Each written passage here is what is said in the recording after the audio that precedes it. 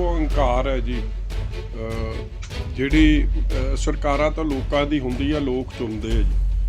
ਔਰ ਲੋਕਾਂ ਦੀ ਆਵਾਜ਼, ਲੋਕਾਂ ਦੇ ਦਰਦ ਨੂੰ ਜਿਹੜੀ ਸਰਕਾਰ ਸੁਣੂਗੀ ਉਹੀ ਸਰਕਾਰ ਘਾਉਣ ਦੇ ਲਾਇਕ ਹੁੰਦੀ।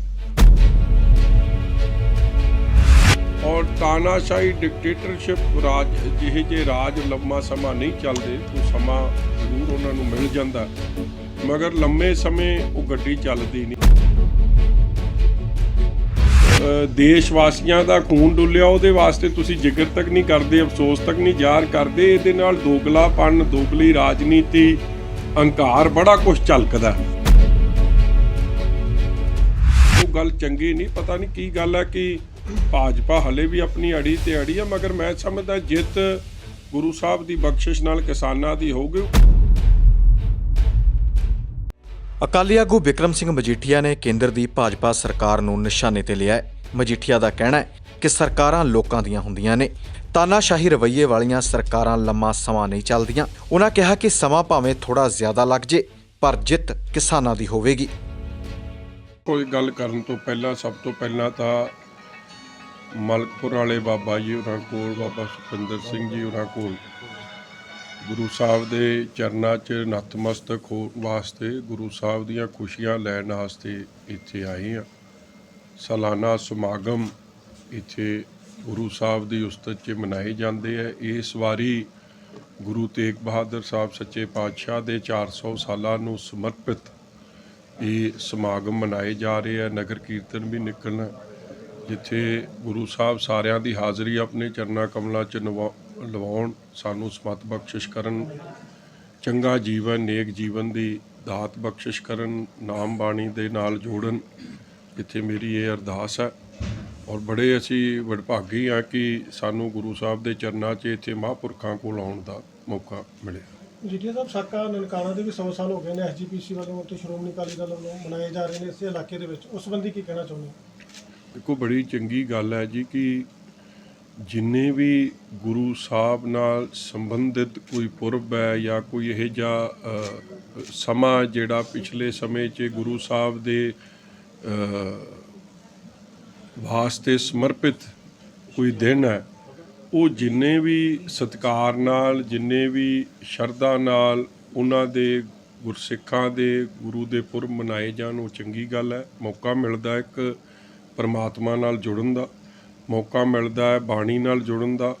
ਇਸ ਲਈ ਬਾਣੀ ਤੇ ਬਾਣੇ ਦਾ ਸਤਿਕਾਰ ਸਦਾ ਹੀ ਚਾਹੀਦਾ। ਔਰ ਨਨਕਾਣਾ ਸਾਹਿਬ ਦੀ ਯਾਦ 'ਚ ਜੋ ਸ਼੍ਰੋਮਣੀ ਗੁਰਦੁਆਰਾ ਪ੍ਰਬੰਧਕ ਕਮੇਟੀ ਵੱਲੋਂ ਬੜੇ ਸਤਿਕਾਰ ਨਾਲ, ਬੜੀ ਸ਼ਰਧਾ ਨਾਲ ਇਹ ਪੁਰਬ ਮਨਾਇਆ ਜਾ ਰਿਹਾ, ਚੰਗੀ ਗੱਲ ਹੈ ਜੀ। ਇਸ ਚਾਹੀਦਾ ਵੀ ਹੈ। 100 ਸਾਲ ਜਿਹੜਾ ਨੂੰ ਸਮਰਪਿਤ ਹੈ।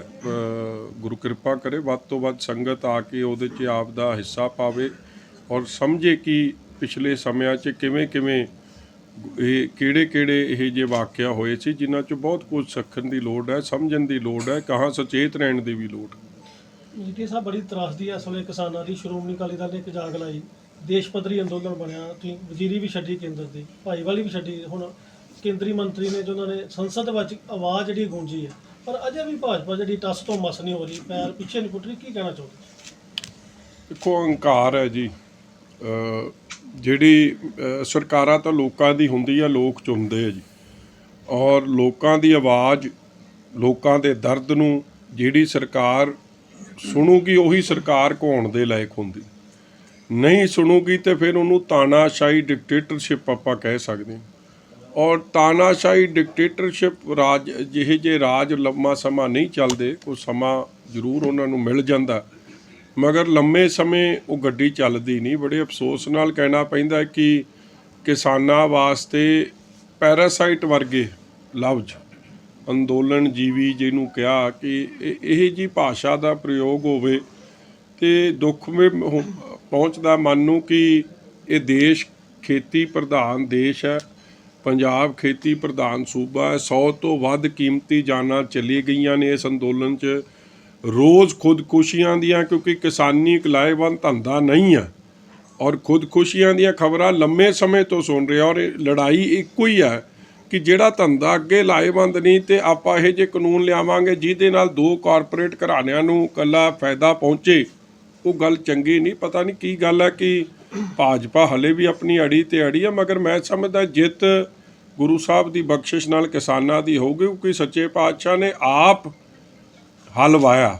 ਗੁਰੂ ਸਾਹਿਬ ਨੇ ਆਪ ਕਿਰਤ ਕਰਨਾ, ਨਾਮ ਜਪਣਾ, ਵੰਡ ਛਕਣਾ ਇਹ ਦੇਸ਼ ਦਿੱਤਾ। ਸੋ ਸਮਾਂ ਥੋੜਾ ਜ਼ਰੂਰ ਲੱਗ ਸਕਦਾ, ਮਗਰ ਜ਼ਰੂਰ ਮੈਂ ਸਮਝਦਾ ਕਿ ਇਹ ਮਿਹਨਤ ਕਸ਼ ਕੀਰਤੀ ਕਿਸਾਨਾਂ ਦੀ ਜਿੱਤ ਜ਼ਰੂਰ ਹੋਊਗੀ। ਜੀਟੀ ਸਾਹਿਬ, ਤੁਸੀਂ ਵੀ ਕਿਹਾ ਵੀ 100 ਜਿਹੜੀਆਂ ਨੇ ਕਿਸਾਨ ਕੁਰਬਾਨੀਆਂ ਦੇ ਚੁੱਕੇ, ਜੱਗ ਵੀ ਜਾਣਦਾ, ਪਰ ਕੇਂਦਰ ਦੇ ਮੰਤਰੀ ਨੇ ਕਿਹਾ ਵੀ ਸਾਡੇ ਕੋਲ ਸਿਰਫ 2 ਹੀ ਨੇ ਜਿਹੜੇ ਆਏ, 2 ਜਣਿਆਂ ਦੀ ਕੁਰਬਾਨੀ ਸ਼ਹੀਦੀ ਹੋਈ ਤੇ ਉਹਨਾਂ ਨੂੰ ਕੋਈ ਮੁਆਵਜ਼ਾ ਵੀ ਨਹੀਂ ਦੇਣਾ।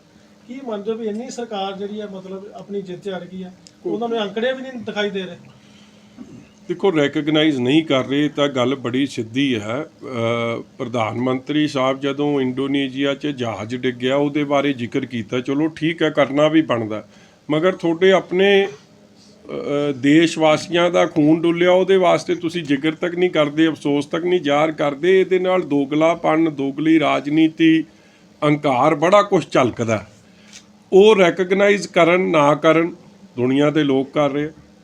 ਵੱਖ-ਵੱਖ ਪ੍ਰਧਾਨ ਮੰਤਰੀਆਂ ਨੇ, ਵੱਖ-ਵੱਖ ਰਾਸ਼ਟਰਪਤੀਆਂ ਨੇ, ਦੁਨੀਆ 'ਚ ਬੈਠੇ ਮੈਂਬਰ ਪਾਰਲੀਮੈਂਟਰ ਨੇ, UN ਨੇ, ਸਾਰਿਆਂ ਨੇ ਇਸ ਪੀਸਫੁਲ ਐਜੀਟੇਸ਼ਨ ਨੂੰ, ਅੰਦੋਲਨ ਨੂੰ, ਕਿਸਾਨੀ ਦੇ ਨੂੰ ਰੈਕਗਨਾਈਜ਼ ਕੀਤਾ। ਆਪਣੇ ਕਰਨ ਤੇ ਚੰਗੀ ਗੱਲ ਹੈ, ਨਹੀਂ ਕਰਨਗੇ ਤੇ ਉਹਦੇ ਨਾਲ ਫਰਕ ਨਹੀਂ ਪੈਣਾ। ਜੋ ਸੱਚ ਦੀ ਲੜਾਈ ਉਹ ਜਾਰੀ ਰਹੂਗੀ ਔਰ ਉਹਦੇ 'ਚ ਜਿੱਤ ਵੀ ਹੋਊਗੀ। ਇੱਕ ਲਾਸਟ ਚੋਣਾਂ ਦਾ ਜਿਹੜੀਆਂ ਨਗਰ ਨਿਗਮ ਚੋਣਾਂ ਨੇ, ਪੰਚਾਇਤੀ ਚੋਣਾਂ ਨੇ, ਜਲਾਲਾਬਾਦ ਦੀ ਗੱਲ ਕਰ ਲਓ, ਪੱਟੀ ਦੀ ਕਰ ਲਓ, ਪੰਜਾਬ ਦੇ ਵਿੱਚ ਥਾਂ-ਥਾਂ ਤੇ ਧੱਕੇਸ਼ਾਹੀ ਦੀਆਂ ਜਿਹੜੀਆਂ ਨੇ ਤੁਸੀਂ ਆਵਾਜ਼ ਵੀ ਉਠਾਈ, ਕਿਤੇ ਸੁਣਵਾਈ ਨਹੀਂ ਹੋ ਰਹੀ। ਅੱਜ ਆਖਰੀ ਦਿਨ, ਕੀ ਵੋਟਰਾਂ ਨੂੰ ਅਪੀਲ ਕਰਨੀ ਚਾਹੁੰਦੇ ਹੋ ਤੇ ਕੀ ਚੇਤਾਵਨੀ ਦੇਣੀ ਚਾਹੁੰਦੇ ਹੋ ਜਿਹੜੇ ਵਿਰੋਧੀ ਨੇ, ਜਿਹੜੇ ਧੱਕੇਸ਼ਾਹੀ ਹੋ ਰਹੀ? ਸਭ ਤੋਂ ਪਹਿਲਾਂ ਤਾਂ ਇੱਕ ਗੱਲ ਬੜੀ ਕਲੀਅਰ ਹੈ ਜੀ ਕਿ 40 ਤੋਂ 45% ਸੀਟਾਂ 'ਚ ਤਾਂ ਚੋਣ ਹੋ ਹੀ ਨਹੀਂ ਰਹੀ। ਉੱਥੇ ਤਾਂ ਕਾਗਜ਼ ਹੀ ਉਡਾ ਕੇ ਕਾਂਗਰਸੀ ਚੁਣ ਲਿਆ ਉਹਨਾਂ ਨੇ। ਲੋਕਤੰਤਰ ਦਾ ਆਲਰੇਡੀ ਘਾਣ ਤਾਂ ਹੋ ਗਿਆ। ਜਿਹੜੀ 55-60% ਸੀਟਾਂ 'ਚ ਇਲੈਕਸ਼ਨ ਹੋ ਵੀ ਰਹੀਆਂ ਨੇ ਉਹ ਨਾ ਬਰਾਬਰ ਹੀ ਆ। ਔਰ ਇਲੈਕਸ਼ਨ ਕਮਿਸ਼ਨ ਜਗਪਾਲ ਸੰਧੂ ਦਾ ਜੋ ਰਵੱਈਆ ਰਿਹਾ ਹੈ, ਮੇਰਾ ਤਾਂ ਇਹ ਮੰਨਣਾ ਉਹਨਾਂ ਤੇ ਤਾਂ ਕਾਰਵਾਈ ਹੋਣੀ ਚਾਹੀਦੀ ਲੋਕਤੰਤਰ ਦੇ ਘਾਣ ਵਾਸਤੇ। ਉਹਨਾਂ 'ਤੇ ਤਾਂ ਫੜ ਕੇ ਕੋਈ ਪਰਚਾ ਦੇਵੇ ਜਿਹੜਾ ਲੋਕਤੰਤਰ ਦੇ ਹੱਕ 'ਚ ਆ। ਕਿ ਇਸ ਬੰਦੇ ਨੂੰ ਦੇਖੋ, ਕਾਗਜ਼ ਦਾਖਲ ਹੋਣੇ ਆ ਜਿੱਥੇ, ਜੇ ਉੱਥੇ ਲੋਕ ਸੁਰੱਖਿਅਤ ਨਹੀਂ ਤੇ ਬਾਹਰ ਕੀ ਹਾਲਾਤ ਹੋਣੇ। ਜਿਸ ਦਿਨ ਸਰਦਾਰ ਸੁਖਬੀਰ ਸਿੰਘ ਬਾਦਲ ਹੋਰਾਂ 'ਤੇ ਹੋਇਆ, ਟਾਈਮ ਲਿਆ ਹੋਇਆ ਸੀ SDM ਤੋਂ, ਕਾਗਜ਼ ਦਾਖਲ ਹੋਣੇ ਸੀ। ਉੱਥੇ ਹੀ ਜੇ ਗੁੰਡਾਗਰਦੀ ਹੋ ਰਹੀ ਹੈ, ਗੁੰਡਾ ਨਾਚ ਚੱਲ ਰਿਹਾ ਹੈ, ਤੇ ਬਾਕੀ ਜਗ੍ਹਾ ਤਾਂ ਕੀ ਕੁਝ ਹੋ ਰਿਹਾ ਹੋਣਾ ਤਾਂ ਅੰਦਾਜ਼ਾ ਆਪ ਲਾ ਲਓ। ਔਰ ਇਹ ਹਰ ਜਗ੍ਹਾ ਹੀ ਇਹੀ ਕੁਝ ਹੋਇਆ। ਭਿੱਖੀਵਿੰਡ ਵੀ ਇਹ ਹੋਇਆ, ਬਟਾਲੇ ਵੀ ਖਬਰਾਂ ਆਈਆਂ ਨੇ, ਸਾਡੇ ਮਜੀਠੇ ਵੀ ਕੋਸ਼ਿਸ਼ ਕੀਤੀ ਗਈ ਕਿ ਕਾਗਜ਼ ਉਡਾਤੇ ਜਾਣ।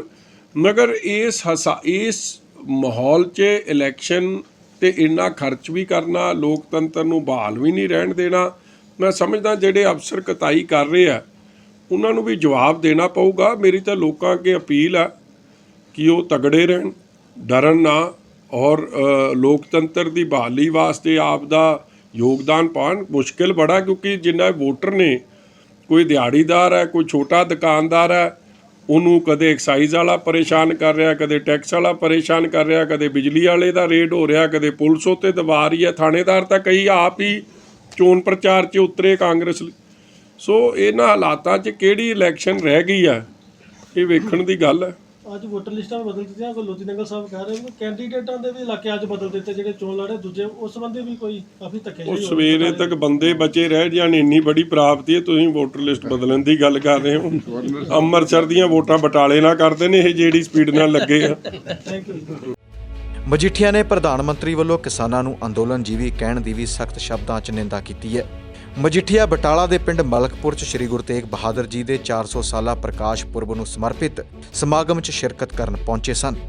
ਗੁਰਦਾਸਪੁਰ ਤੋਂ ਗੁਰਪ੍ਰੀਤ ਚਾਵਲਾ ਦੀ report, D5 channel Punjabi. D5 channel Punjabi ਹੁਣੇ ਸਬਸਕ੍ਰਾਈਬ ਕਰੋ, ਬੈਲ ਆਈਕਨ ਤੇ ਕਲਿੱਕ ਕਰੋ।